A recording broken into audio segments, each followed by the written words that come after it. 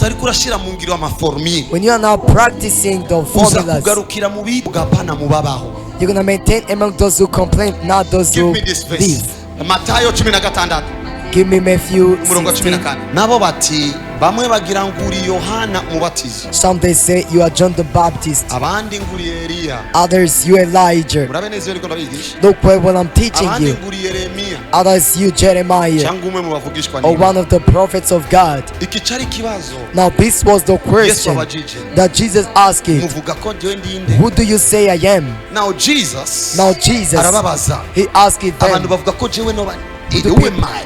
who do people say I am? Icya mbere bamubwiye Number one, they told ngo him, ushobora kuba uri Yohana you umubatizi. may be John the Baptist. Bari bazi ko Yohana akomeye ku buryo n'igihe Yohana yaciwe umutwe bibajije ko Yohana yasubiye kubaho. They knew that John was the great person, even though he was cut off his head. Abisirayeli Now Israelites, biremezwa yuko bari babonyemo Yohana ikintu gikomeye, it is a proof that they saw in John something great. kugezaho n'inyuma Yohana apfuye At the point after John to be babonye dead, uwundi akomeye, they saw another great person. bavuga Yohana yagarutse. They say indeed John N'ubu abisirayeli returned bakera back. bari kuba bari ngaha bari kuvuga ngo Eliya yaragarutse bariko barandaba. Ndiko ndatahurika. Am I still understood? Icya mbere now? bavuze Yohana, Number one, they say John the Baptist. baca bagenda kuwa kabiri ngo abandi nguri Eliya. Other they say you are Elijah. Eliya ni gicapo cy'ibitangaza birengeye normale mu Bisirayeli. Elijah was the picture of things which are not Iyo normal. mvugo That saying, iremeza ko babona Yesu akora ibintu babona ko atawundi babibonanye kiretse Eliya. it assured that they saw things from Jesus and then they accepted. They saw this from Nuvuge ngo Elijah. Abisirayeli ntibemera Yesu,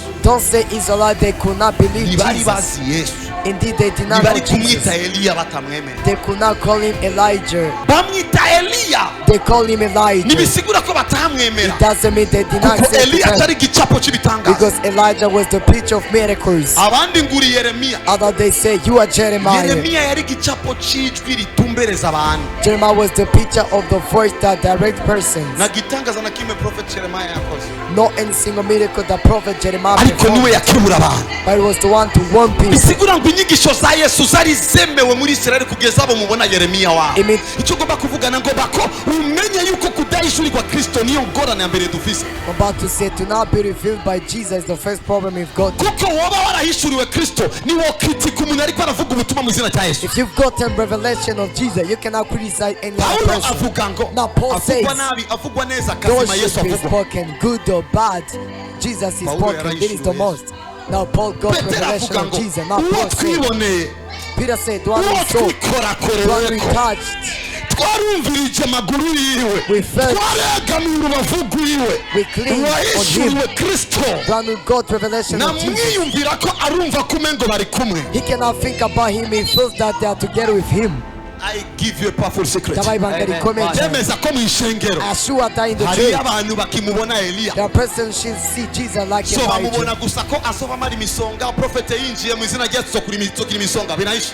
When the prophet gonna enter, gonna be from our pneumonias. Bambona yuko profete yinjiye imvura iza kugururirwa yamikisha n'ifaranga. They see the prophet as he's gonna enter. Igarukira yuko tukumanura imvura y'ifaranga. Revelation ya Yesu niyo ngoma ndakwigisha uyu munsi. I'm to teach you the revelation of God Jesus. And I give it to you. Ituma umuntu agera hano yibaza ko nagiye kuzimu kandi kuzimu hari ibijumbu akabona ko ariyo no banakwiye ubushobozi, bisigura ngo narayishurirwa Kristo, yarayishuriwe shetani, kuko umwana wese avuga papa wiwe. Iyo umwana ari mwibabara akabona indege ya papa na nikinga papa afise, abonye vewiti imodoka ya papa na nikinga afise. Kubera iki? Nabonye niyo babonye ibitangaza biriko birakogwa mu izina rya Yesu babyitirira papa wabo, but we are more than conquerors. Yes. Turengecana banesha. Bavuze Yesu reka Imana ibagirire neza kugezaho. Amen. To you indeed. Ndiko ndatahurika kano ka. Am I understood by this? Nagomba nduze umuntu ahishurirwe I Kristo. want to raise up somebody to get revelation of Jesus. Guhishurirwa Kristo is a secret. To get revelation of Jesus is a Umurongo secret. ukurikira ndababwira ka. Give us another verse. Arababaza. He asked you them, Atariko mweho mugira ngo ndinde. but to who do you say I am? Petero wa undi wa kimbere mbere. Now Peter, Ati uri Kristo. he said, you the Umurongo Christ. ukurikira ndakwerekere. Give me another verse. Shapramaha. Simoni Petero aramwishura. Simon Peter answered Ati him, uri. You are. Sulinya ahantu handiswe uri. underline, you are. Ihishurirwa Revelation. nirigarukira kuvuga ngo Yesu arakiza. It does not reach by saying only Jesus heals, Uti Yesu urakiza. but you reach Jesus, you Ijya heal. ubona niyo revelation That you It's a revelation. You've never understood yuwa this. Kristo ni message direct ya Jésus. It's a direct message to Jesus. Ishengero rizima ni ishengero rizokwigisha kugeza aho rikwereka Yesu. The true church is going to teach you until you see Jesus. Kugeza aho uri mu cyumba uvuga ni wewe baba, ni wewe baba. It's like kiresa babiririmba nk'abaririmba, ariko nimba ubiririmba neza bategerezwa kuririmba nk'uko umengo uri kuramubona. Ni wewe baba, ni umengo wo kwegera ukamucakira uri. Sing just like you see him indeed. Uri Kristo. You are Christ, umwana w'Imana nzima, Son of the living God. Shiribiganza jivuge ngo Yesu Kristo. Yesu Kristo ni umwana w'Imana nzima. You the Son of the living God. Reka ndakwerekere. Yesu Kristo ni umwana w'Imana nzima, iryo si yishurirwa n'amatangazo. Jesus Christ is the Son of the living God is not. Yesu Kristo ni umukiza, iryo si yishurirwa n'amatangazo. That revelation is an announcement, is a healer. Yesu Kristo ni umutabazi, iyo n'amatangazo na wagasore yazanye independence utaramuhishurirwa. Those are announcements indeed, John. Abantu benshi bari capable kuvuga ivyo Yesu ashoboye gukora. So many people are capable of speaking what Jesus is able to do. Revelation. But revelation, ikukura mu bandi, it takes you among others. igatuma uvuga ngo Yesu Kristo uri umukiza. It makes you to say Jesus Christ, you are a savior. Iyo That's you. Nuivuga nk'uko umengura ivyumvire, uyivuga nk'uwabonye ivyo yigeze akora. You speak it just like a person who saw what he did. Iyo mvuze ngo uri umusirikare mu maso ndakubona na teni, naho When you uba say you are wambaye a training. soldier, indeed yes you are. This you imatanye n'ivyo is wiboneye. connected with what you used to see. Some of church you are happy. Ukamuvuze ngo Yesu Kristo When you say Jesus Christ, you are a deliverer. ukibona ba bantu bagiye You're going to see the same person will get delivered. ndiko ndatahurika. Am I understood igihe now? cyose uzovuga ngo When you're going to say, Blaise muhuriye muri ville, you meet you blessed to downtown. ukatuvuga Blaise n'umupianiste, And you say blessed is a ayo pianist. n'amakuru n'undi yo yakubwira. Those are the stories that ariko ugiye another Blaise person may uri tell you. pianiste, If you talk to blessed, you urazi are ko automatiquement mu mutwe uca ubona piano. a person who plays piano. Iyo uvuze umuntu ku cyari When you speak somebody to who he is, uca ubona you're n'icyo akora. going to see automatically what he wategerezwa does. kugera ahantu You're supposed to reach up ukavuga in ngo the network. uratanga When mu you say, mutwe ugaca ubona abo yagiye. you're going to see what Jesus has I done. give you Jesus. Kundaba Yesu. La brota bakana. Amen. Utaragera mu rugezo If you cannot reach out ko to kuvuga conversation ukabona or speaking as you see, ubu uriko uratera igipindi, you are making conversation. wategerezwa kuvuga ngo Yesu You're supposed to say Jesus. uri umukiza, You are the Savior. ugaca ubona wa mwana And then you see the guy yashuze nahe kuwa who Mungu, testified Sunday ugaca service. wibuka And then you ivyo remember yagukoreye what he has done mu for you. mutwe, ukagira amavideo uriko uravuga. certain Ivyo videos vyonyene nivyo bizo gutuma utarekura. that are going to make you to now release is Tumechoka radio, tuko wakati wa television tena. when the time of television, not a radio only. You understand what I'm talking about? David Tachon Kunavuga. Ariko umuntu amaze gupakirwa My image ya person was Yesu, filled by Jesus' kill images. prove kill nesh. No matter how it is. Iyo tuvuga twaramukora ko When yeko we muri speak about him, we sabata. touch him in Iyo Sabbath. tuvuga When we twaramwiboneye. speak about him, we saw him in our eyes. Nico gituma yambwiye igihe kimwe, Therefore, he told me one day, nusubire kwigisha abantu batariko barashinga inama. don't teach if free Ambwira person ngo are not inahe testifying. zongerereza mu mitwe yabo kuvuga uwo biboneye. Now, testimonies they increase for them to see the one they Ninde saw. ariko nataviko ndavuga. Who's understanding what I'm speaking Igihe about? cy'inama ya Celestin nga, The time of Celestine's ejo testimony. uzovuga Tomorrow you're going to Yesu say, arahindura. Jesus changes. Hamubwo nyene And suddenly, ubona amavideo ya Celestin. you're going to see videos of Yesu niwe Celestine. muheba kuko uvuga uwo The same wiboneye. Jesus, you cannot abandon him because you speak the one you saw. Ninde yatahuye aka kantu? Who understood this? This is a point, Ahantu kanaka point tugera. aho Where uvuga Yesu ubona. you speak about Jesus you see. Apana Yesu arakiza, Now Jesus Yesu heals. urakiza. Jesus you heal. Wirinde igihe cyose uzovuga ngo Yesu urakiza, Pay attention when atana you say kimwe uriko urabona Jesus mu you heal. mutwe. Nothing you are Ubu saying uriko in your urapanga mindset. udapangika kuko abona ubwongo bwawe kuruta ururimi rwawe. You are setting in order person cannot be said Now because listen. he's more than you. Kugeza aho wibuka icyo yagukoreye, icyo nicyo gituma utarekura.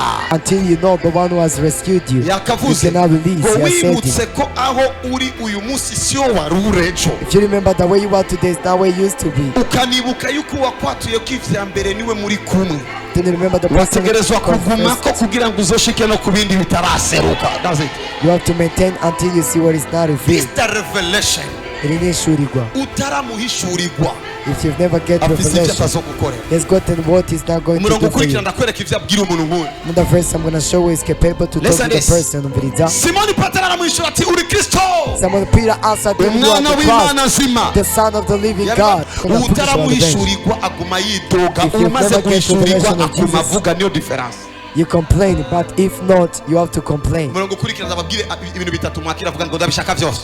I'm going to tell you 3 matters you have to leave. yesu aramwishyura ati uri umuhigwe. One, Jesus answered, "You are a happy person." yabaye umuhigwe kubera diplome, He became happy because of yabaye certificate. umuhigwe kubera ko yakubise pompaje, yabaye umuhigwe kubera kashi. Revelation. Ihishurirwa. Talk to your neighbor. ndagusengeye I pray for you mu izina rya in yesu the name of Jesus. uyu munsi May today usohoke uri umuhigwe. to be taken out like a happy person in the name of Jesus. icya mbere ni icyo mwabonye Number nicyo one is tuvuga cya that mbere. it's what we yesu benefit. atatwita abahigwe. Jesus calls us happy ugomba kuba persons. umuhigwe. You have to become a happy ikore person. ubandanye urondera kugeza aho uhishurirwa icyo yesu ari. Work on yourself until you get revelation of who Jesus is. Now listen this. Umviriza bino. simoni mwene yona urumva izina mwise simoni mwene Simon sikugira Peter, ngo ni simoni yona. it means Simon from Jonah. simoni mwene yona Simon Peter, kuko atawinyama n'amaraso yaguhishuriye aguhishuriye ariko ni data wo mu ijuru. but it's only Heavenly Father who Umurongo made you to be ukurikira. revealed. Another verse. nanjye ndakubwira yuko uri petero.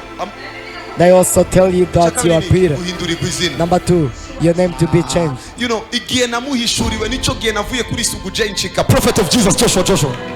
I was sent to prophet of Jesus, Joshua. ivyo vya prophet of Jesus Joshua ntibigukange kuko nawe urashobora guhindurirwa izina uyu munsi nyene ukava mu izina mukene ukaba mutuzi ukava mu izina ngo I talk to many people. Now your name can be changed indeed. yesu niyanse ku murongo uri hejuru ko yitwa simoni mwene yona. Jesus did not deny the one who is on the Ariko head ku is murongo Peter. ukurikira. But another verse, yavuze ntushobora kubandanya witwa uko, he said you cannot ntushobora continue to be kubandanya witwa called umupangayi inyuma cannot yawe continue to be wamishuriwe. called a Yes, person who rents. ntushobora kubandanya witwa umunyamadeni inyuma y'uko You cannot wamishuriwe. continue to be told. ntushobora kubandanya witwa kirizeri, You cannot continue to be ntushobora called the kubandanya witwa person siribate, in ntushobora crisis, kubandanya witwa being called wowe uri ngaho single. watse n'igipapuro urwaye ntushobora gusohokana indwara umaze guhishurwa kristo. You came with that paper of sicknesses. You want to go back in the same way. nanjye ndakubwira yuko uri petero. And I tell you that you are Peter. ishyurwa rya kabiri mwaryumvise, Second revelation kuba you heard umuhigwe it. You are happy. guhindurirwa izina. Your name to Irya be gatatu, changed. Number 3, kandi kuri urwo rutare on izokubaka that rock, ishengero ryanjye. I will build ibikurikira yesu aca yubaka my ayo matorero. churches. ibikurikira yesu aca yubaka imigambi kuri wewe. The rest, Jesus gonna build the great I project decree and I in you. declare That can put his by the weapon. power of Jehovah himself. Gusoza igimana Yes, ryayo. kubera kuri kurahishurirwa kristo, Because you're getting with the revelation of yesu Christ. akubake kubikomeye. May Jesus build on you something great. akubake kubikomeye. May Jesus build on you something Bashoboye kuba great. umuntu avuga And may he match amen indeed. This is the secret. Iri niryo banga. abajakiriye If you have received genda it, rero utebe go and delay, urondera icyo yesu ari. searching who Jesus is.